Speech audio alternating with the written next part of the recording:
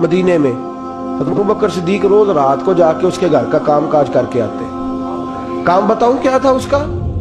جاگ رہے ہیں آپ لوگ؟ اس زمانے میں نا لوگ باتھ روم گھر میں بنا لیتے تھے. شاید پرانے لوگوں نے دیکھے ہوں، وہ اس کے اندر ہی پیشاب پخانہ رہتا تھا.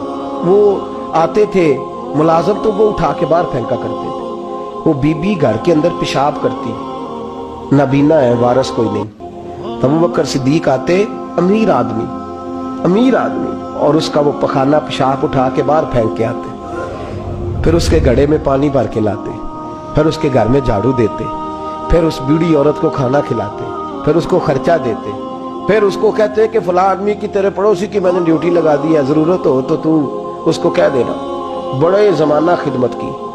ایک دن حضرت عمر فاروق اس بی بی کے دروازے پہ چلے گئے، دستک دی.